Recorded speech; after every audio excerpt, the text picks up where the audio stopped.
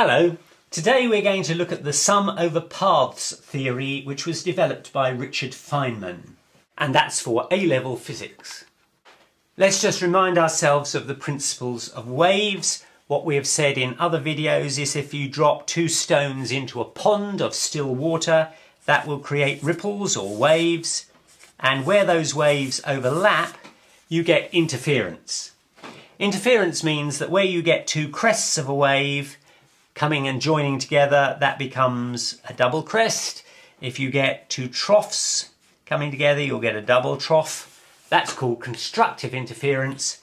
But if you get a crest from one wave meeting a trough from another wave, then you just get flat water. That's destructive interference. If this were light, then this would produce bright light, but this would produce darkness because there is no signal there at all. So essentially, if we reproduce that by looking at sine waves, we can say, here is a sine wave, which looks something like that.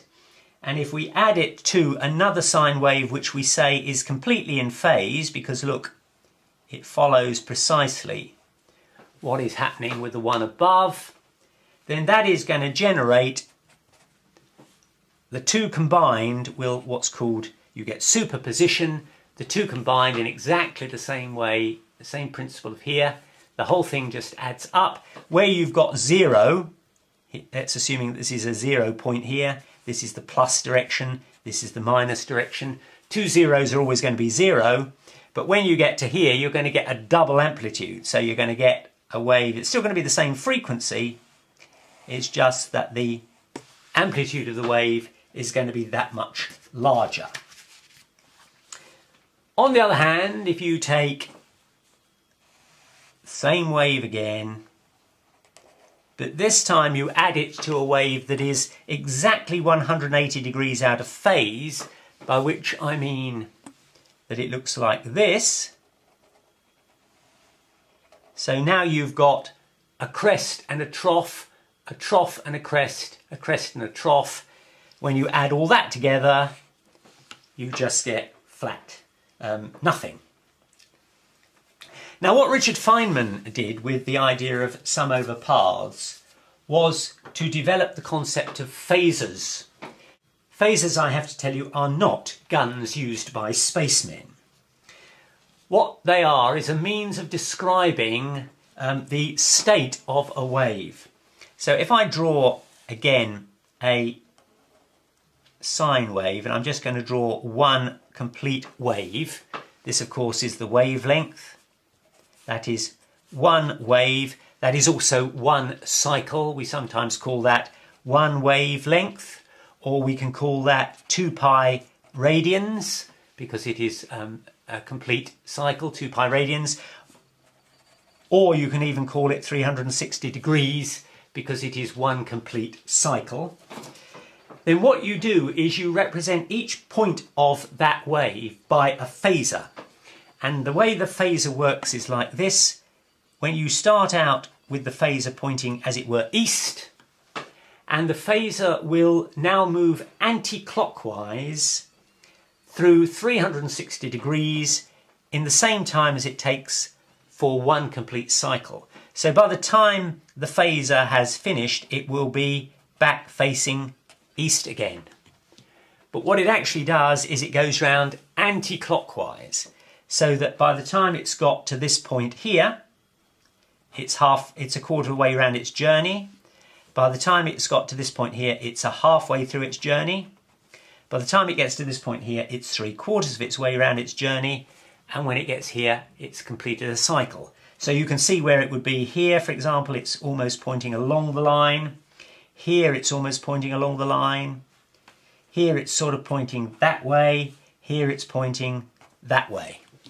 So if I use a match as a phasor, that's my match. The tip of the match is the direction in which the phasor is pointing. What it's going to do is it's going to do a full 360 degree twist in the time it takes for the wave to go like this. So essentially it's going to go round like that, then it's going to go like that, then it's going to go like that, then it's going to go like that, then it's going to go like that, then it's going to go like that, then it's going to go like that, and finally it's going to end up like that. So the phaser has done a full 360-degree turn in the time it takes the wave to do one complete cycle. How does that help? Well, it enables us to say that whereas before I said if you have two crests coming together you get a double crest, now we can represent those crests by the position of the phaser, which you'll notice is pointing straight up. So that can be represented as two phasers coming together pointing straight up, and if you regard those as vectors then you would just double the length of the vector, and so you've now got a superposition of two in-phase waves producing a double crest, as it were. And similarly, whereas we described two troughs in that way, you would look at the phasers for a trough are like that, and vectorially added together you get a double length trough. On the other hand, we said if you took a crest and a trough and add it together, we expect to get nothing. Well, what's in phaser terms, a trough is that way, pointing upwards. This is the trough is an arrow pointing downwards, and so these two are represented by an up and a down, and if you do that vectorially, you end up with nothing. So if we look at these two waves here, on which I have marked the phasers in the usual way, we can see that this wave, the top wave, is a quarter of a wavelength, which is pi over 2, which is 90 degrees ahead of this wave, because the peak of this wave occurs ahead of the peak of this wave, and this is a complete wavelength. So in other words, one complete cycle is a wavelength, and this is a quarter of that wavelength ahead of this wave here. But the advantage of phasers is that you do not need to draw all these diagrams in order to show it. All you need to do is to pick phasers, and you can do this really at any stage. This of course is a time axis, and this is the magnitude of the wave at any given time. So let's take the position at this time here, and what we've got is this is a phaser that is in this direction. This is a phaser that's in this direction. What is the angle between them? 90 degrees. That tells you that the waves are 90 degrees out of phase. The advantage, of course, is that if you haven't got waves that are either a wavelength or half a wavelength or a quarter of a wavelength, they might just be any angle out of phase, and that might be quite difficult to determine from the shape of the waves. But if you draw that is the phaser at any given time from one wave, and that is the phaser at any given time, at the same time for the other wave, then the angle between them tells you by how much they are out of phase. And now we come to Richard Feynman's clever idea. His idea was that if you have a source of light and you have a point at which that light is going to reach, you might think that the photons of light travel, let's call this point A and call that point B, you might think that they travel from point A to B in a straight line, and that's all there is to it.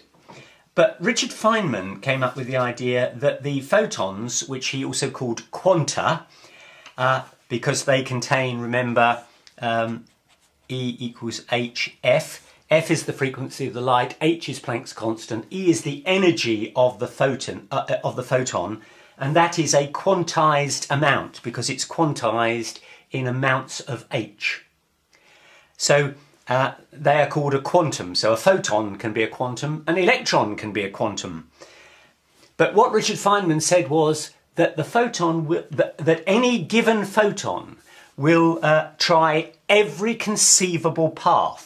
So if you ask which way does a photon go from A to B, the answer from Richard Feynman is it goes all ways. You just draw any old paths you like. There are, of course, an infinity of them. But according to him, photons try every possible path.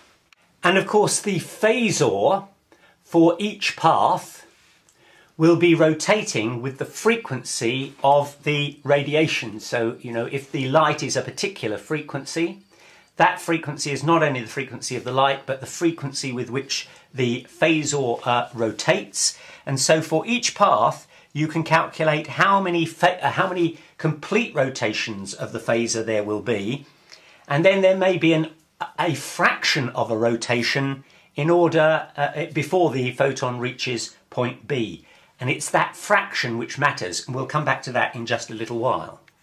But let's just see how this pans out in Young's double slit experiment, which we've covered in other videos. The idea is that there is a single source of light, monochromatic, and we have two slits, we have a screen. And normally we talk about there being fringes on this screen as a result of the interference patterns.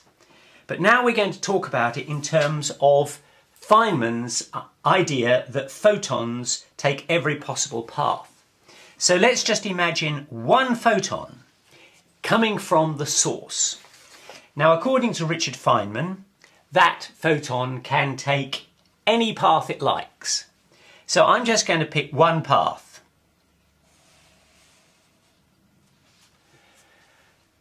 And now I'm going to say, let's take another path for the same photon.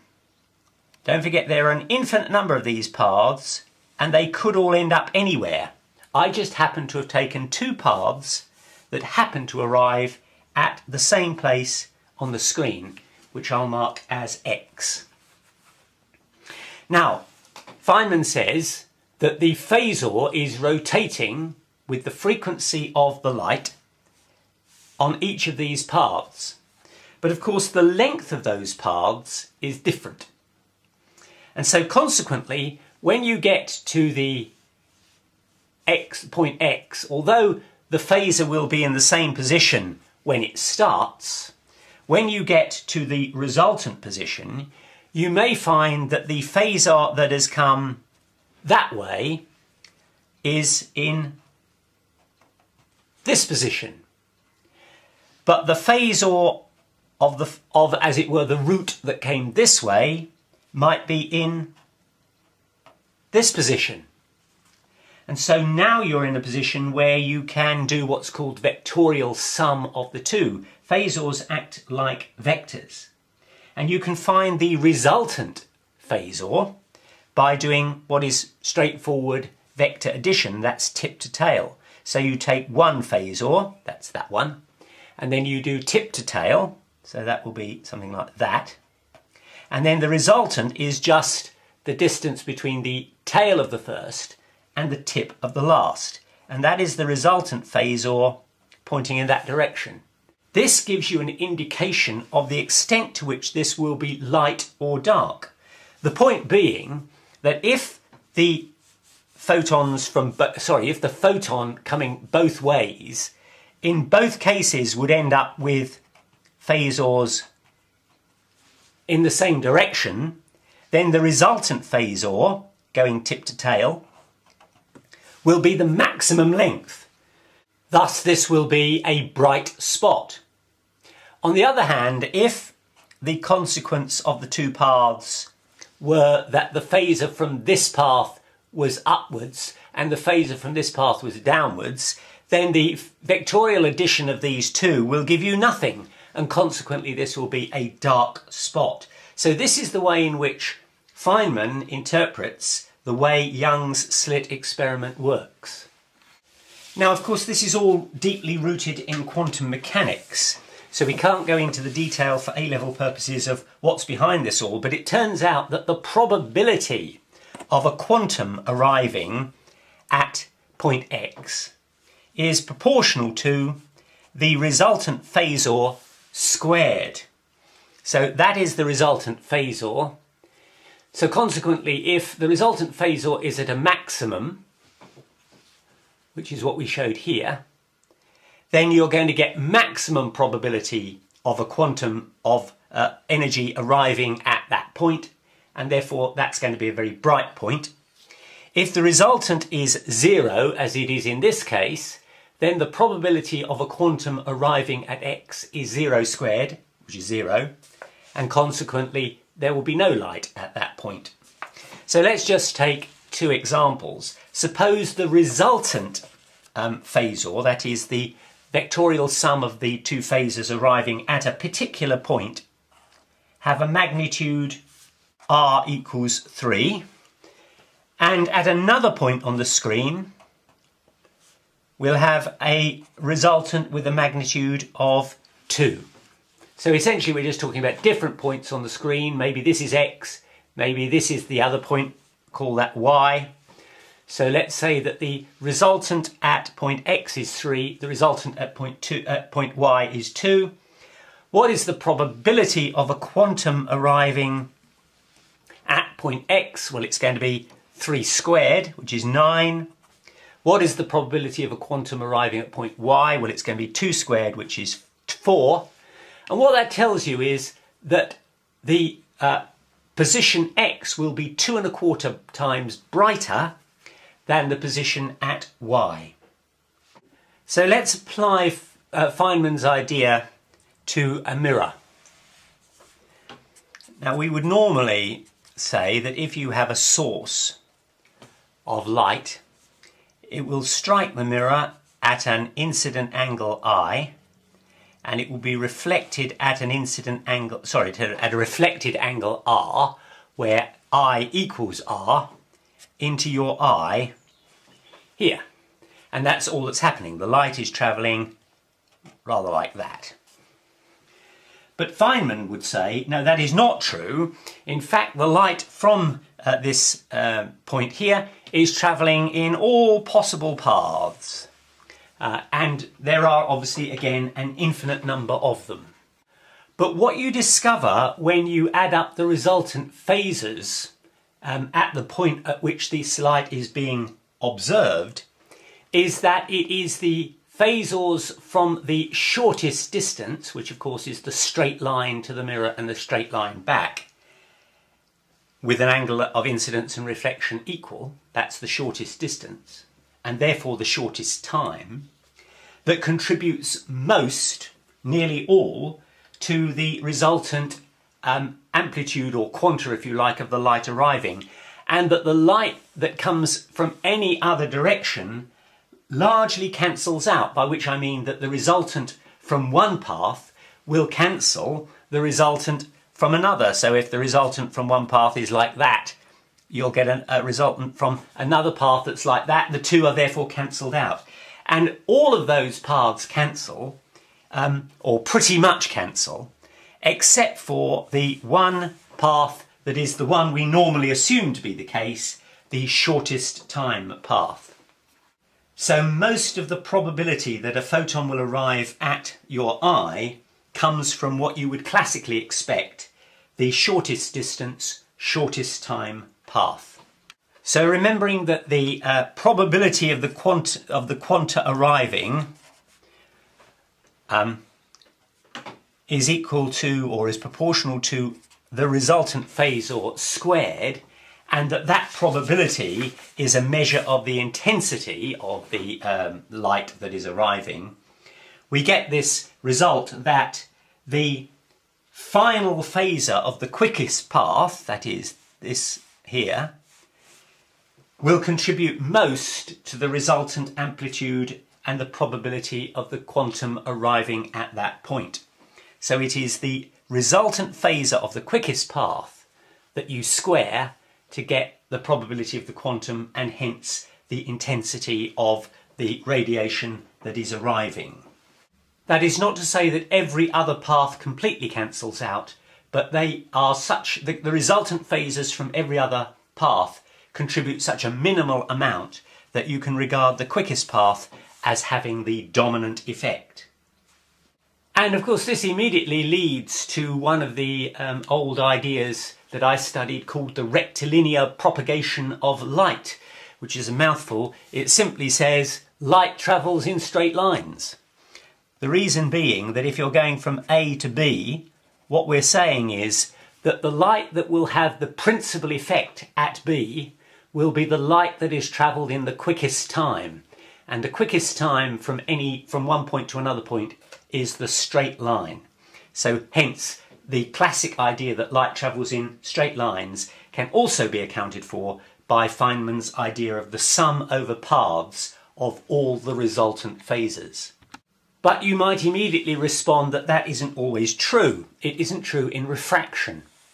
For example, if we've got air and water, and we have a source of light in the water, such that the light goes up like this at an angle of incidence, it will then be refracted. It will be bent out of the water at an angle of refraction r, and we will observe it with our eyes.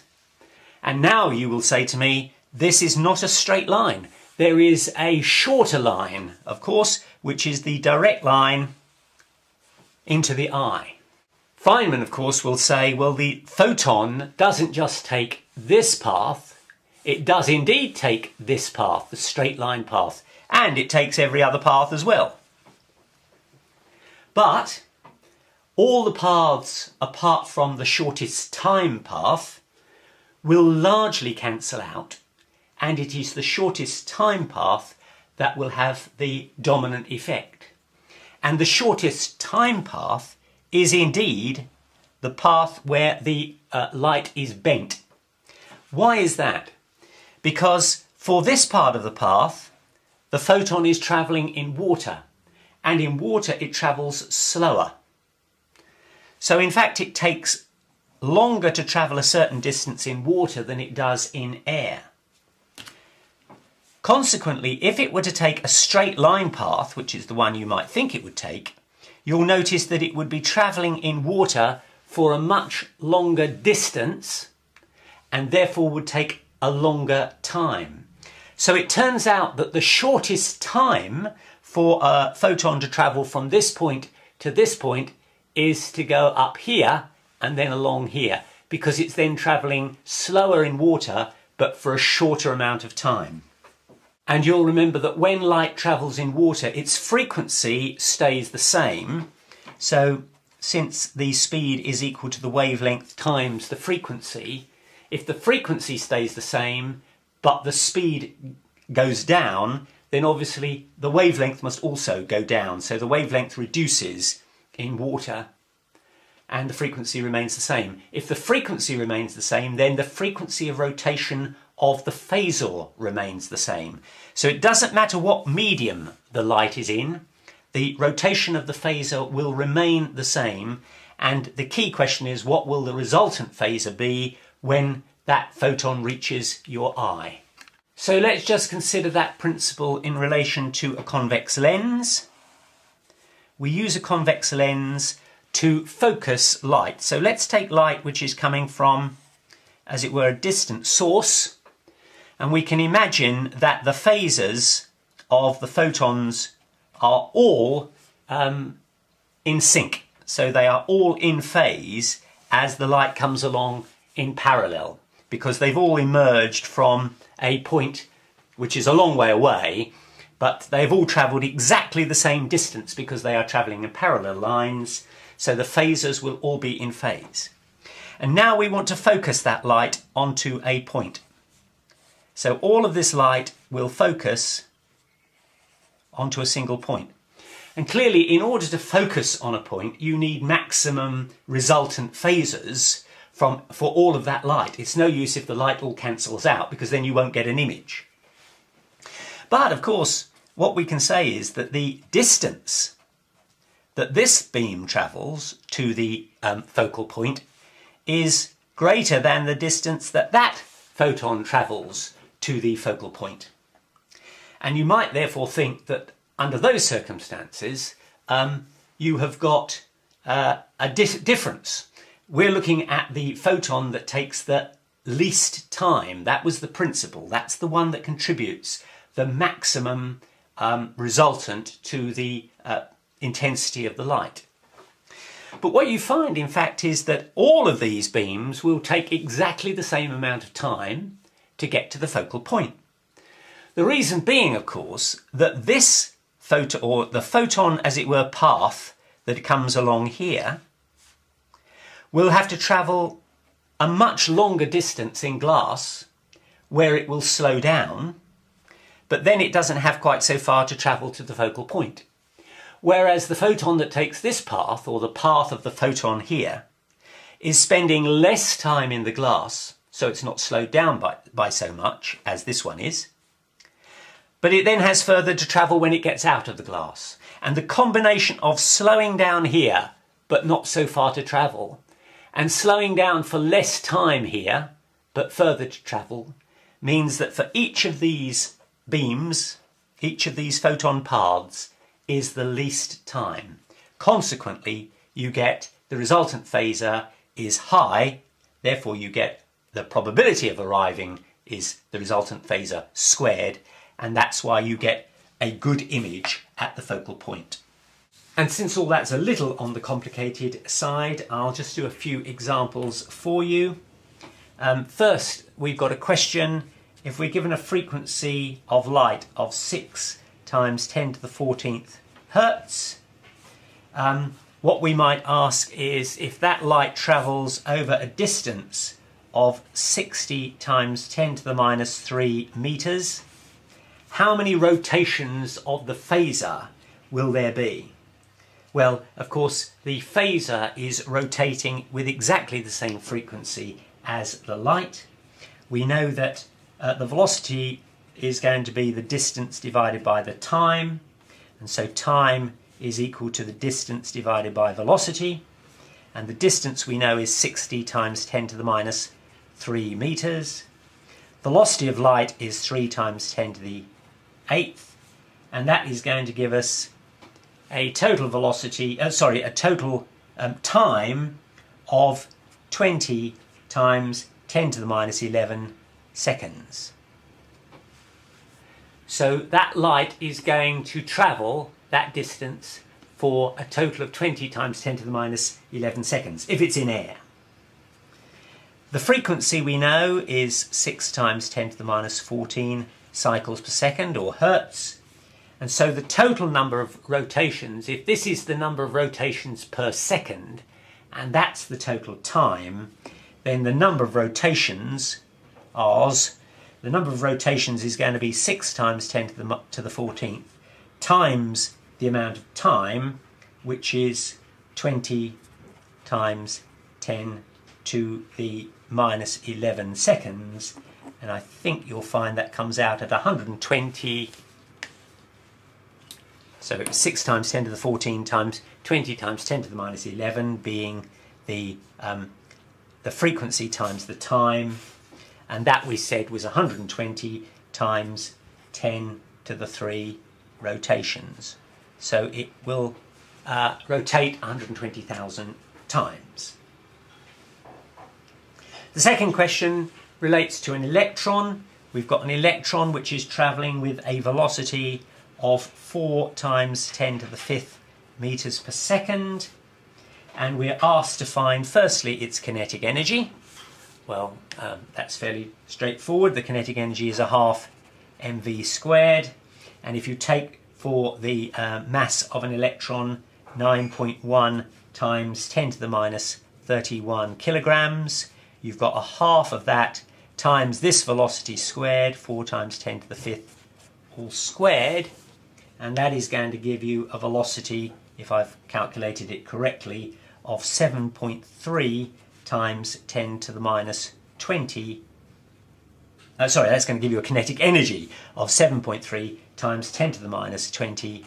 Oh dear, energy is measured in joules. Now we can say, what is the frequency of the electron's wave? We know that E equals hf, which means the frequency is E divided by h, and E we've just calculated is 7.3 times 10 to the minus 20 divided by Planck's constant h, which we can take as 6.6 times 10 to the minus 34, and that will give us a frequency of the electron's wave of 1.1 times 10 to the 14 hertz. And now here is a third question. We're going to do the famous double slit experiment. We've got a source of light, monochromatic. We've got our screen. Light, of course, will come from both slits to fall on the screen. Normally we talk about the bright spots and the dark spots, but on this occasion we are told that there are 2 points on the screen which we'll label A and B.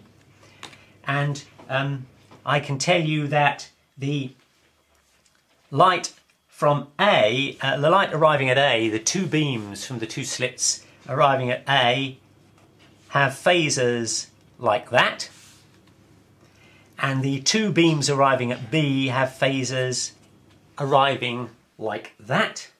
The length of the phasors in each case will be the same because it's the same source of light. So lengths are the same. So we now need to find out the resultant length of each of those phasors. So at A we've got vector addition like this. And let's suppose that we say that each phasor is a length 1 unit. Then the resultant is going to be the square root of 2. That's just 1 squared plus 1 squared is 2, and r is going to be the square root of 2.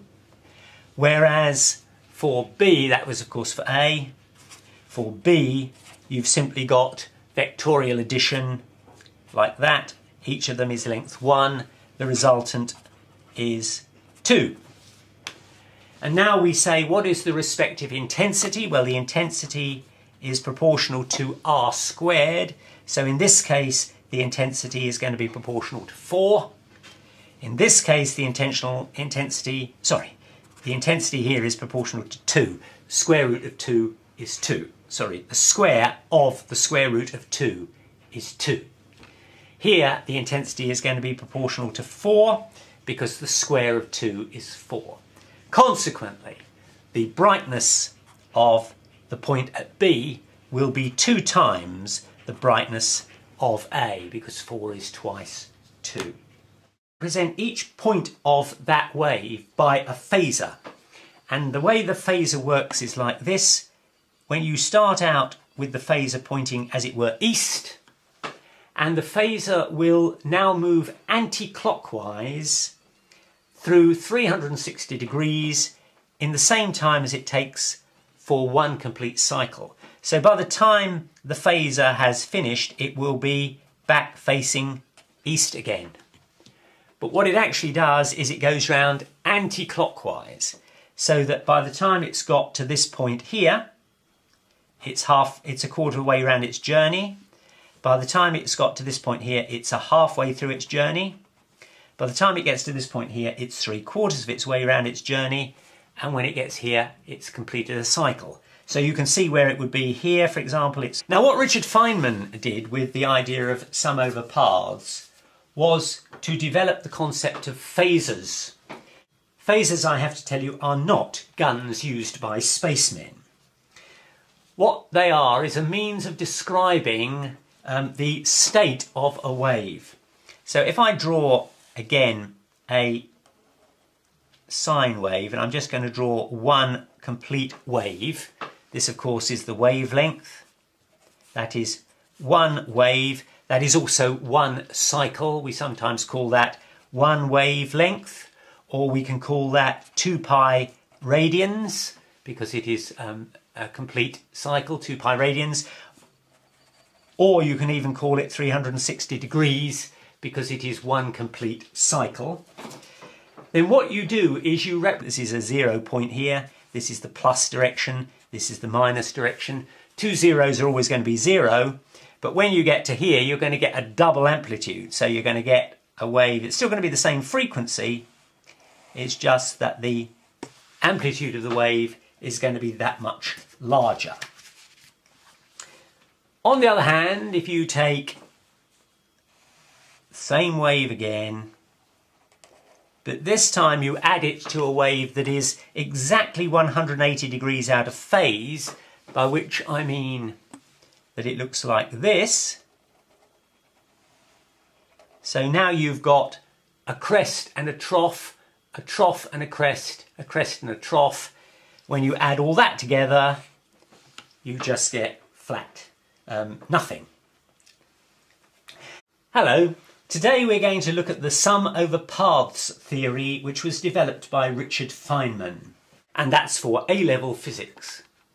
Let's just remind ourselves of the principles of waves. What we have said in other videos is if you drop 2 stones into a pond of still water, that will create ripples or waves, and where those waves overlap, you get interference.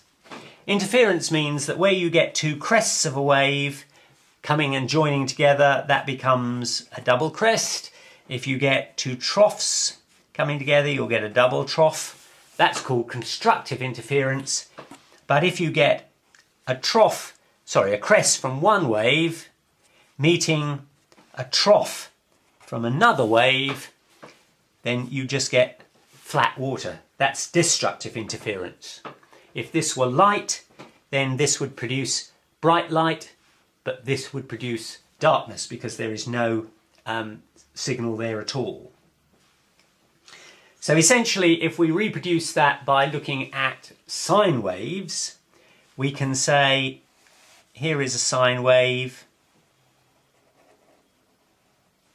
which looks something like that. And if we add it to another sine wave, which we say is completely in phase, because look, it follows precisely what is happening with the one above, then that is going to generate, the 2 combined will, what's called, you get superposition, the 2 combined in exactly the same way, the same principle of here, the whole thing just adds up. Where you've got 0, that's assuming